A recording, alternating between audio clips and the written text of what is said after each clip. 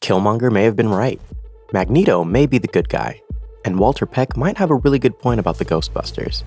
From renegade nuclear reactors to the depressing truth of the Matrix, these sci-fi villains were not as wrong as we thought. Let's start right off with the man, the myth, the villain, who's been proven right ever since he was introduced in 1963's X-Men #1 by Stan Lee and Jack Kirby. The movies give him a similar platform. Eric Magneto Lencher, played by Ian McKellen and Michael Fassbender, barely survives the Holocaust at Auschwitz in X-Men First Class, while being abused and manipulated for his mutant potential. As both Jewish and mutant, Eric can't help but be keenly aware of the perils new generations of mutants face every day. Magneto's friend and nemesis, Professor Xavier, isn't wrong to try and create a peaceful bond between humans and mutants, but it's never going to be easy. Along the way, Magneto's cynicism is validated as Sentinels claim the possible future in Days of Future Past. William Stryker nearly destroys all the mutants in the world by X2, and by the time of Logan, they're almost entirely extinct. I don't want to hear about it anymore. Michael B. Jordan's Eric Stevens, aka Killmonger, is a villain with a good backstory, maybe one of the best. While his methods are a bit immoral, he does have some just points in his ambitions, especially after seeing where he's come from. Stevens is forced to grow up as an exile from the isolationist country of Wakanda. Instead of the opportunities he could have had as a child of nobility, he lived in Oakland, California, during a period where economic oppression and violence against black families was at its highest. To find a way out, Eric joins the US military, where he hones his gifts for combat. Eric is rightfully furious with the land of his birth. While Wakanda thrives in secrecy, black cultures across the globe are disenfranchised and oppressed.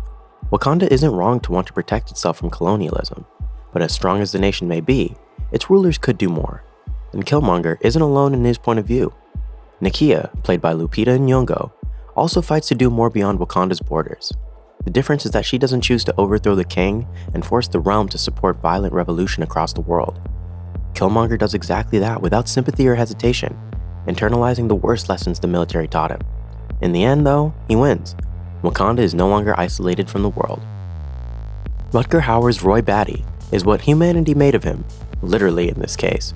As a replicant with an artificially short lifespan, he leaves the throwaway military service he was relegated to and visits Earth, the world of his maker. This is all to look his creator in the eye and demand more of him. More life, more humanity, answers to the biggest questions of his existence. What's more human than questioning the world around us? Who among us would not take the chance to corner our god and get a few answers? Batty and his fellow replicants can be violent, even murderous. In his case, that's what he was made to be.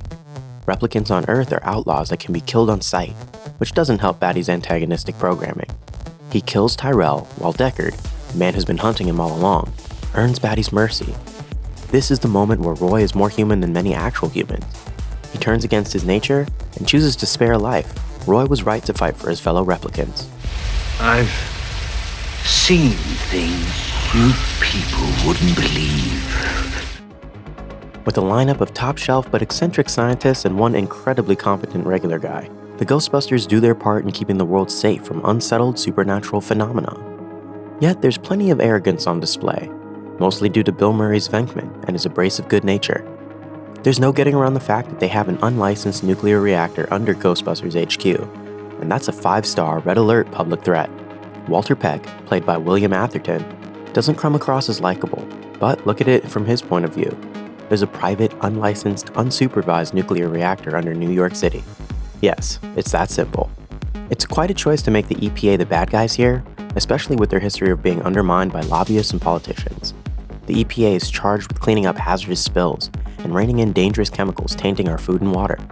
And yeah, they're the guys with the plan if a nuclear source, whether deliberate or accidental, causes an emergency. Sorry, Venkman, Peck may be a jerk, but he's right to be upset. Hugo Weaving's Agent Smith has a lot to say about his disdain for humanity. It's a high-class riff on late comedian Bill Hicks, who famously ranted that humans were, quote, virus with shoes.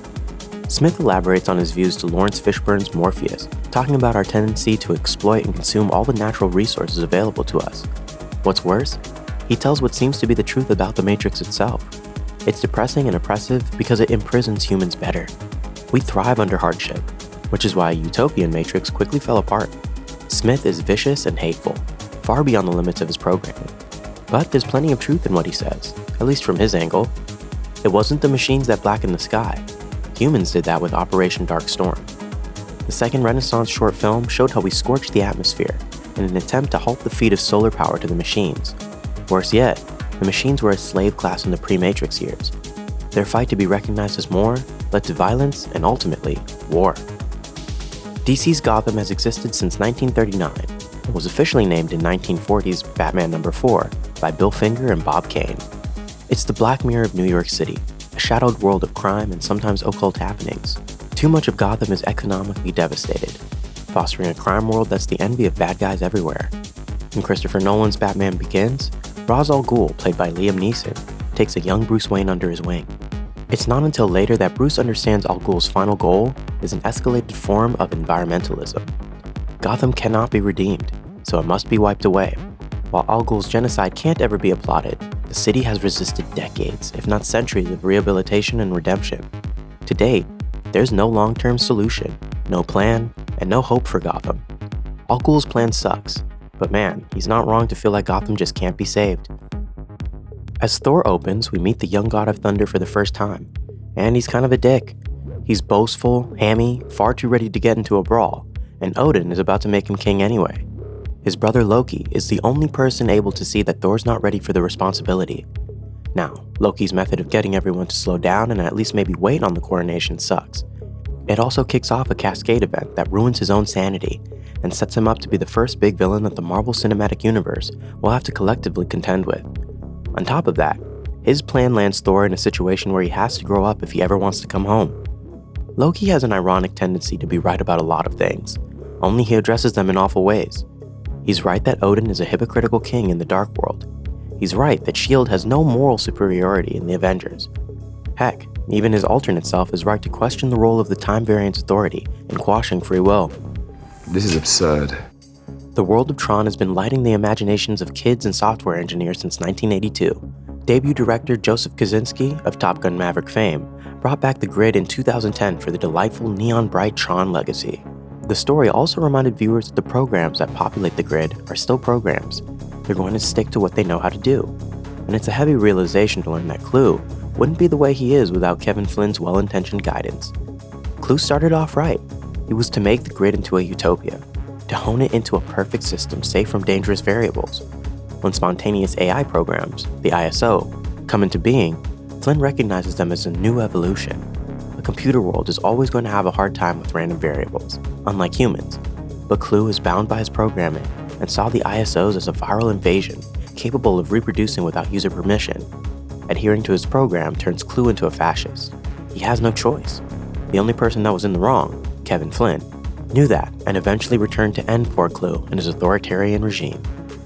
Godzilla had a fun day out in 2019, thrashing King Ghidorah and meeting up with old friend Mothra. But he only got the chance because a bunch of eco-terrorists decided the planet needed a bit of a reset. We assume at first that Jonah is the main villain here, mostly because he's played by Charles Dance, who always gives great baddie performances. However, it's actually Emma, played by Vera Farmiga, the ex-spouse of our annoying lead guy Dr. Russell, who's mostly fixed on releasing the Sleeping Titans. If this scenario was possible in the real world, it's not hard to find the idea appealing. Not because Godzilla and his kin are super cool, they are, but because our planet could use some big ecological help. The risk is in how much human collateral damage the Titans could cause. Emma thinks it could be mitigated, but she also doesn't care too much until her daughter is one of them. Very political of her. In the end, Emma gets a redeeming death, and her terrorist acts earn her a final vindication. The Titans are the key to a renewed ecological harmony, so long as Godzilla's in charge. Go, go, Godzilla.